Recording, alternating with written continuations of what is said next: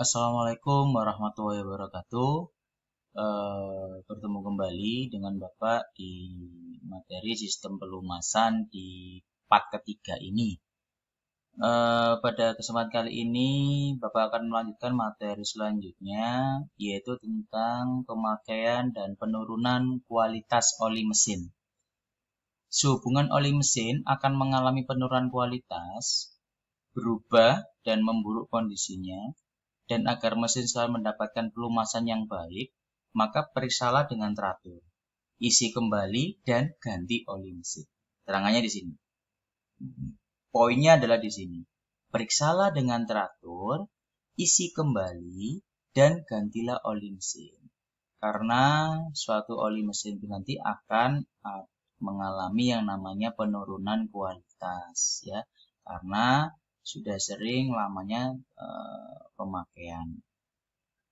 Yang pertama kita bahas tentang pemakaian oli mesin. Oli mesin secara berangsur memasuki ruang pembakaran bercampur dengan campuran udara dan bahan bakar, dan kemudian terbakar. Oleh karena itu, secara berangsur oli mesin akan dikonsumsi dan berkurang volumenya. Nah, di sini karena pemakaian ya, karena pemakaian oli mesin. Sehingga mungkin kalau kalian pernah kelas 11 TBSM 1 atau 11 TBSM 2 di mapel PMSM, pernah menemui suatu motor yang terkadang oli mesinnya berkurang. Padahal dicek dia tidak mengalami kebocoran sama sekali. Tapi kok kita cek pada waktu di stick oli atau pengukuran oli, kok dia berkurang oli mesinnya. Kenapa ya? Karena ini mas, oli mesin secara berangsur memasuki ruang pembakaran bercampur dengan campuran udara bahan bakar. Jadi ini bisa berangsur memasuki ruang pembakaran seperti itu. Sehingga kadang kenapa oli mesin itu di sepeda motor itu bisa kadang berkurang dengan sendirinya. Yang kedua, penurunan kualitas oli mesin.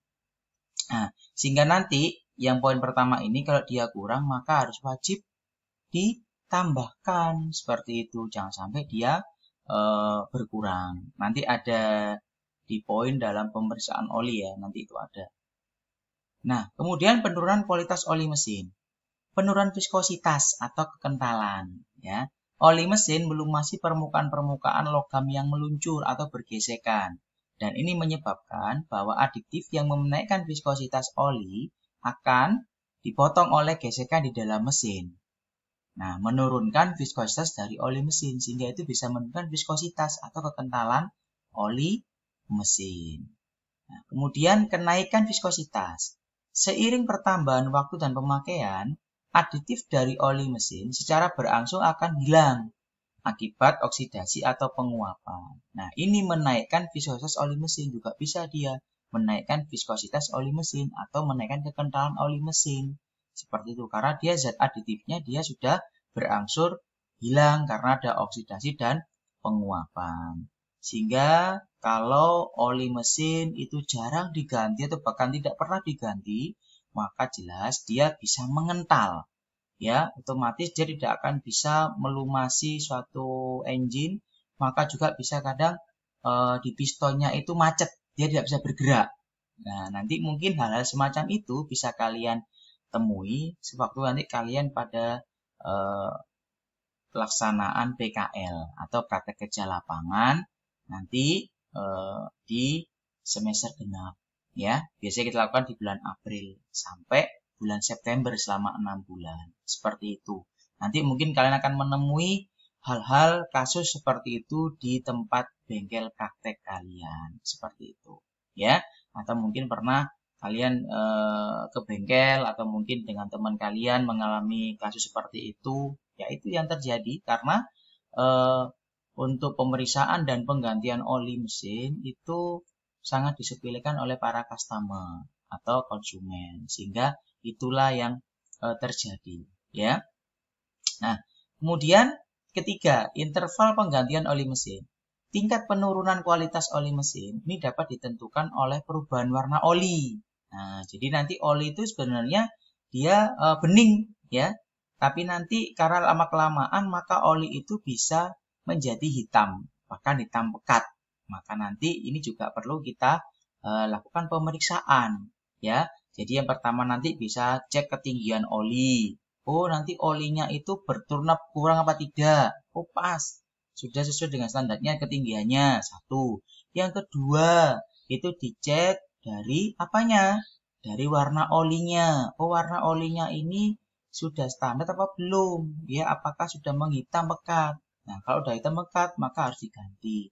Yang ketiga, yaitu dari viskositasnya. Dia masih kental apa encer? Ya, oh kalau sudah encer, ya tidak terlalu kental lagi, maka dia sudah waktunya untuk diganti. Seperti itu. Nah, di sini ada keterangannya. Oleh karena itu, oli mesin harus diganti secara teratur sesuai aturan BPR. BPR itu apa? Buku pedoman reparasi. Nanti tiap merek sepeda motor Honda itu ada BPR-nya. Mulai motor Supra, Supra X, Supra X125, Revo, kemudian ada Honda Blade. Kemudian kalau yang Matic itu Beat, Scoopy, Genio, Supra Vario 150 dan sebagainya ya. Kemudian Scoopy ya. Kemudian yang Sport yaitu CB150, Honda Versa dan sebagainya. Maka di sini tuh tiap masing-masing motor punya namanya BPR. Ya, itu ada di bengkel laboratorium Honda. Itu satu lemari Bapak simpan di situ. Ya, nanti bisa kalian baca. Ya. Nah, ini materi tadi, kemudian ini masih ada waktu di part ketiga ini Bapak akan menyampaikan tentang cara memeriksa dan mengganti oli mesin. Jadi nanti di minggu ke-7 besok, minggu depan, Bapak sudah tidak menerangkan lagi materi untuk di sistem pelumasan. Bapak anggap materinya sudah Bapak tuntaskan di pekan ke-6 ini. Sehingga pekan ke-7 besok itu akan Bapak adakan penilaian harian mulai materi ke pekan 1 sampai pekan ke-6 nanti. Ya.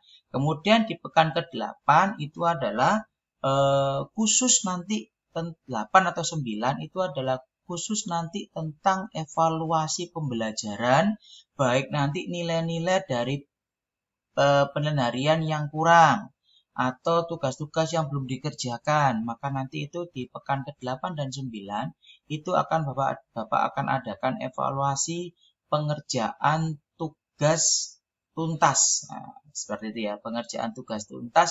Jadi tidak ada yang tidak mengerjakan atau belum mengerjakan. Sehingga nilai kalian itu sudah ada semuanya, ya. Dan Bapak harap nilainya juga kalau ada yang kurang maka bisa diremedi di waktu itu juga, ya.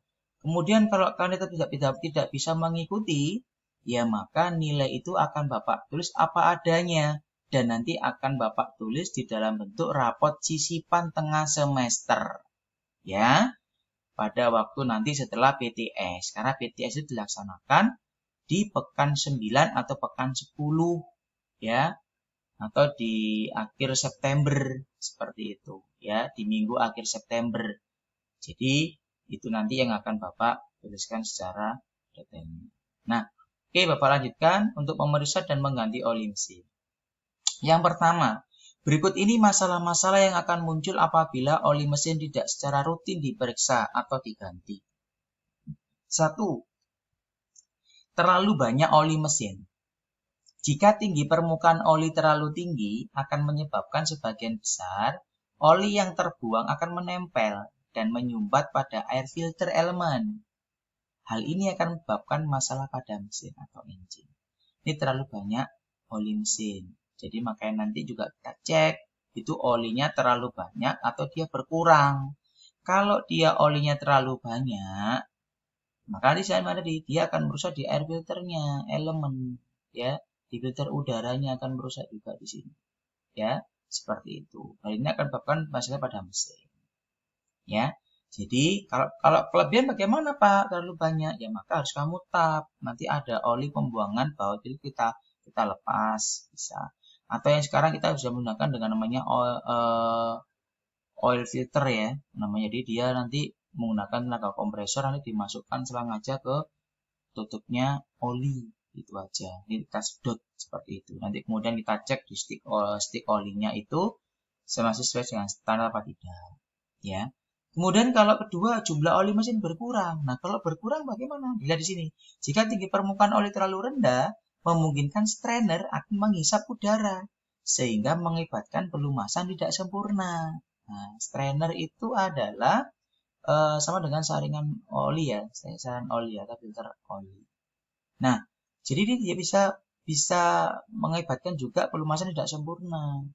Ya, begitu. Sehingga ini harus ditambahkan juga kalau dia berkurang. Kemudian yang ketiga, penggunaan aditif yang tidak sesuai. Penggunaan aditif yang tidak sesuai dapat mengakibatkan slip pada kopling mesin sepeda motor. Misal aditif mobil digunakan untuk sepeda motor. Nah, ini juga cukup berbahaya seperti itu. Ini masalah-masalah yang akan timbul apabila tidak rutin dalam pemeriksaan dan penggantian. Nah, sekarang pemeriksaan tinggi permukaan oli mesin. 2. Gunakan tangkai pengukur yang menyatu dengan tutup pengisian oli atau oil filter cup atau dipstick namanya. Nanti itu ya pemeriksaan oli ya, mesin. Kemudian 3. Prosedur pengisian ulang oli mesin. 1. Siapkan oli mesin yang sesuai. Baca buku pedoman operasi ya. Jadi olinya mesin itu apa? Cup tipe jadi Jaso MA atau MB ya, cup atau matic. Kemudian panaskan mesin selama 3 menit. Jadi ini harus dipanaskan dulu seharusnya. Dipanaskan dulu 3 menit, kemudian dimatikan. Setelah dimatikan, maka jangan lupa meletakkan kendaraan menggunakan standar utama, jagang tengah. Seperti itu ya.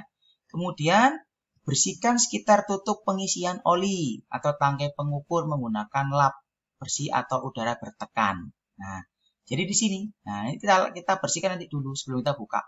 Ini adalah urutan sesuai dengan SOP yang Bapak bilang tadi ya.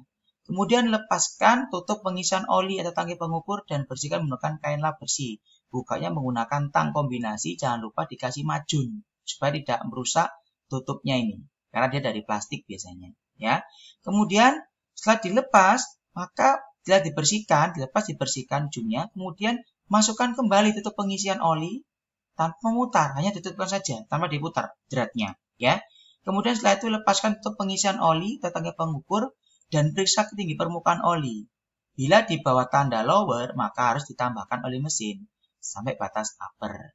Nah, kemudian yang H, sekrup tutup pengisian oli atau tangkai pengukur ke dalam dengan erat. Nah, nanti di sini kamu cek dibuka, itu harus pas di sini Mas di upper.